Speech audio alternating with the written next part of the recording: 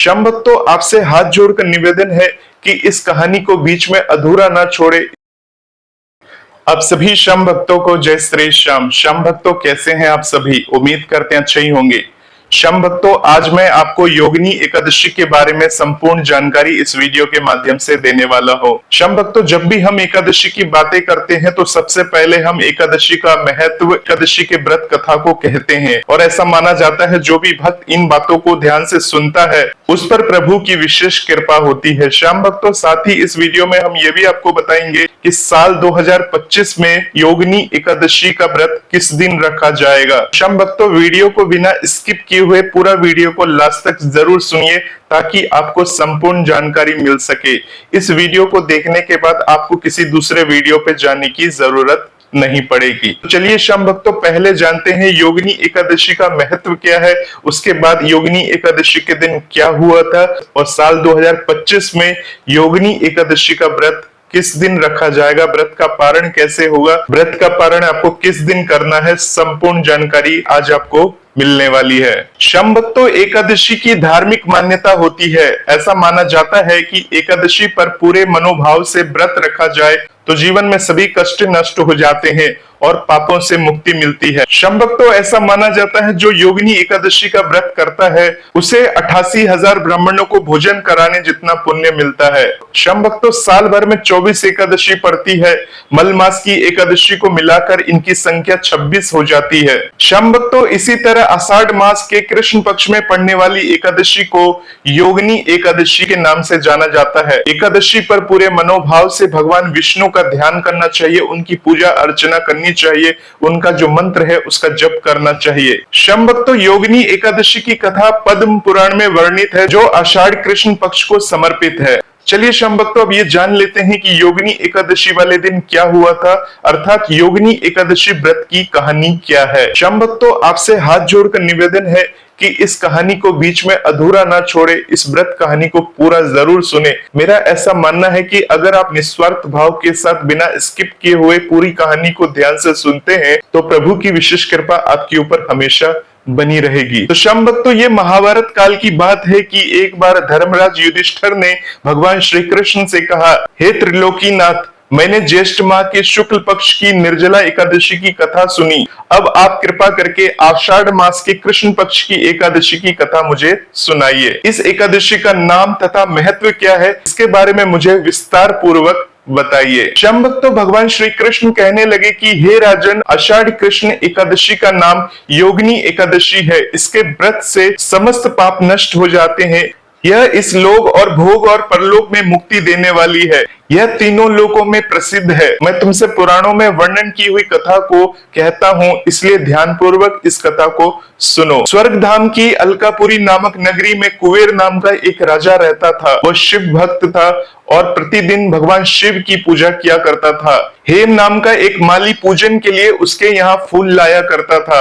हेम की विशालाक्षी नाम की एक सुंदर स्त्री थी। एक दिन वो मानसरोवर से पुष्प तो ले आया, लेकिन कामासक्त होने के कारण वह अपनी स्त्री से हास्य विनोद तथा रमण करने लगा। इधर राजा उसकी दोपहर तक राह देखता रहा। अंत में राजा कुबेर ने सेवकों को आज्ञा दी कि तुम लोग जाकर माली के ना आने का कारण पता करो, क्योंकि वो अभी तक पुष्प लेकर नहीं आया है। सेवकों ने कहा कि महाराज, वो पापी अति कामी है, अपनी स्त्री के साथ हास्य विनोद और रमण कर रहा होगा। ये सुनकर कुबेर अत्यधिक क्रोधित हो गया और उसे भुलाया। शम भक्तों, हेममाली राजा के भय से कांपता हुआ उपस्थित हुआ। राजा ने क्रोध में आकर कहा, अरे पापी, नीच कामी, तूने मेरे परम पूजनीय ईश्वरों के ईश्वर श्री शिवजी महाराज का अनादर किया है। इसलिए मैं तुझे श्राप देता हूँ कि तू स्त्री का वियोग सहेगा और मृत्यु लोक में जाकर कोढ़ी बन जाएगा। शम भक्तों, कुबेर के श्राप से हेममाली का स्वर्ग से पतन हो गया और वो उसी क्षण पृथ्वी पर आकर गिर गया। भूतल पर आते ही उसके शरीर में श्वेत कोढ़ हो गए। उसकी स्त्री भी उसी समय अंतर ध्यान हो गई। मृत्यु लोक में आकर माली ने महान दुख भोगे। भयानक जंगल में जाकर बिना अन्न और जल के वो भटकता रहा। रात्रि के समय उसे नींद भी नहीं आती थी, परंतु शिवजी की पूजा के प्रभाव से उसको पिछले जन्म की स्मृति का ज्ञान अवश्य रहा था। घूमते घूमते एक दिन वह मार्कंडेय ऋषि के आश्रम में पहुंच गया, जो ब्रह्मा से भी अधिक वृद्ध थे और जिनका आश्रम ब्रह्मा के सभा के समान लगता था। शंभक्तो हेममाली वहां जाकर उनके पैरों में पड़ गया और उनके समक्ष अपने दुखों से मुक्ति के लिए मिन्नतें करने लगा। शंभक्तो उसे देखकर मार्कंडेय ऋषि बोले, तुमने ऐसा कौन सा पाप किया है जिसके प्रभाव से तुम्हारी ऐसी हालत हो गई है? हेममाली ने सारा वृत्तांत कह सुनाया। यह सुनकर ऋषि बोले, निश्चित ही तूने मेरे सन्मुख सत्य वचन कहे हैं, इसलिए तेरे उद्धार के लिए मैं एक व्रत बताता हूँ। यदि तू आषाढ़ मास के कृष्ण पक्ष की योगिनी एकादशी के दिन योगिनी एकादशी का विधि पूर्वक व्रत करेगा तो तेरे सारे पाप नष्ट हो जाएंगे। शंभक्तो यह सुनकर हेममाली ने अत्यंत प्रसन्न होकर मुनि को साष्टांग प्रणाम किया। मुनि ने उसे स्नेह के साथ उठाया। हेममाली ने मुनि के कथा अनुसार विधि पूर्वक योगिनी एकादशी का व्रत किया। इस व्रत के प्रभाव से अपने पुराने स्वरूप में आकर वो अपनी स्त्री के साथ सुख पूर्वक रहने लगा। शंभक्तो भगवान श्री कृष्ण ने कहा, हे राजन, यह योगिनी एकादशी का व्रत 88,000 ब्राह्मणों को भोजन कराने के बराबर फल देता है। इसके व्रत से समस्त पाप दूर हो जाते हैं और अंत में स्वर्ग की प्राप्ति होती है। शंभक्तो ऐसा माना जाता है कि भगवान विष्णु प्रसन्न होकर भक्तों पर अपनी कृपा बरसाते हैं। तो शंभक्तो ये थी योगिनी एकादशी व्रत कथा। ऐसी बात नहीं है कि जब व्रत हो तभी इस कथा को सुनना चाहिए। बिना व्रत के भी अगर आप किसी भी दिन किसी भी एकादशी व्रत की कथा को सुनते हैं तो ऐसा माना जाता है कि प्रभु की असीम कृपा के आप पात्र बन जाते हैं। तो चलिए शंभक्तो, आपने एक पुण्य कमा लिया है इस एकादशी व्रत कथा को सुनकर। अब जानते हैं साल 2025 में योगिनी एकादशी का व्रत किस दिन रखा जाएगा। शंभक्तो, साल 2025 में योगिनी एकादशी तिथि की जो शुरुआत हो रही है वो 21 जून 2025 को सुबह 7:19 से इस तिथि की शुरुआत हो रही है और इस तिथि की जो समाप्ति होगी वो अगले दिन यानी कि 22 जून 2025 को सुबह 4:27 पर इस तिथि की समाप्ति हो जाएगी। अब शंभक्तो, बात ये आती है कि आपको योगिनी एकादशी का व्रत किस दिन रखना चाहिए। तो शंभक्तो, इस बात का विशेष ध्यान रखें, इस बार जो योगिनी एकादशी है वो 10वीं युक्त एकादशी है। अर्थात अगर आप 21 तारीख का व्रत रखने के लिए सोच रहे हैं तो भूल से भी इस दिन व्रत को नहीं रखना चाहिए, क्योंकि शंभक्तो, विद्वानों के अनुसार और शास्त्र मत के अनुसार जो एकादशी 10वीं को टच करती हुई हो यानी 10वीं युक्त एकादशी हो, उस एकादशी का व्रत भूल से भी हमें नहीं करना चाहिए। तो शंभक्तो, योगिनी एकादशी का जो व्रत है वो आप 22 जून 2025 को इस व्रत को रखेंगे, क्योंकि शंभक्तो 22 जून को द्वादशी तिथि लग जाएगी, परंतु एकादशी तिथि जो है वो सुबह 4:27 पर समाप्त हो जाएगी। यानी एकादशी और द्वादशी आपस में टच करते हैं तो वो एकादशी अत्यधिक शुभ मानी जाती है और शास्त्रों में ऐसा वर्णित है कि हमेशा द्वादशी युक्त एकादशी का व्रत ही करना चाहिए।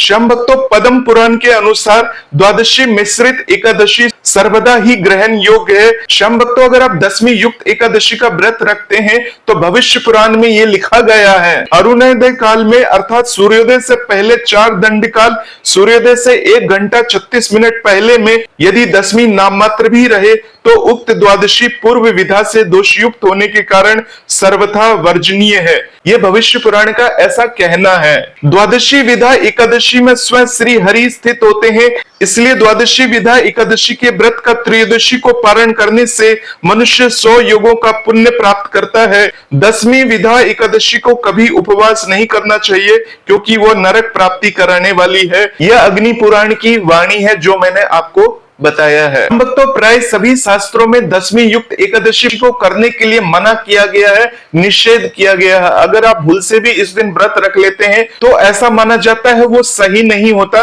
ये शास्त्र मत के अनुसार मैं कह रहा हूं। शंभक्तो, एक उदाहरण के जरिए अब मैं आपको समझाऊंगा कि अगर भूल से आपने 10वीं युक्त एकादशी व्रत रख लिया तो आपके साथ क्या हो सकता है। चलिए एक उदाहरण के जरिए समझाता हूं। शंभक्तो, गरुड़ पुराण के अध्याय 125 में कहा गया है कि कि गांधारी ने 10वीं से युक्त एकादशी यानी विधा एकादशी का व्रत रखा था। ऐसा करने पर उसने अपने सभी पुत्रों का वध अपने जीवन काल में ही देख लिया था। इसलिए 10वीं से युक्त एकादशी का व्रत हमें नहीं रखना चाहिए। शम भक्तों, अगर कभी ऐसा हो जाए कि 10वीं युक्त एकादशी व्रत आ जाए तो मन में संदेह न रखें, बल्कि द्वादशी का व्रत रखकर त्रयोदशी में पारण करें। तो शम भक्तों, आप समझ गए होंगे कि 22 जून 2025 को ही आपको एकादशी का व्रत रखना है, क्योंकि वो द्वादशी युक्त एकादशी है। और इस व्रत का जो पारण है वो आपको 23 जून 2025 को सुबह 5:46 से लेकर सुबह के 7:40 के अंदर इस व्रत का पारण कर लेना है। चलिए शम भक्तों, अब बात कर लेते हैं द्वादशी तिथि की शुरुआत कब से कब तक रहेगी। तो शम भक्तों, द्वादशी तिथि की जो शुरुआत हो रही है वो 22 जून 2025 को सुबह 4:27 पर द्वादशी तिथि की शुरुआत हो जाएगी और इस तिथि की जो समाप्ति होगी 23 जून को सुबह 1:22 पर द्वादशी तिथि समाप्ति हो जाएगी। तो होपफुली शम भक्तों, मैंने आपको इस वीडियो के माध्यम से संपूर्ण जानकारी दे दी है। भजन मंत्र शक्ति पर इसी प्रकार के वीडियोस हम लाते रहते हैं। अगर आपका कोई प्रश्न है, कोई क्वेरीज है, तो आप हमें कमेंट बॉक्स के माध्यम से पूछ सकते हैं। मिलते हैं शम भक्तों एक नए वीडियो के साथ। तब तक के लिए आप सभी शम भक्तों को जय श्री श्याम, जय श्री राधे।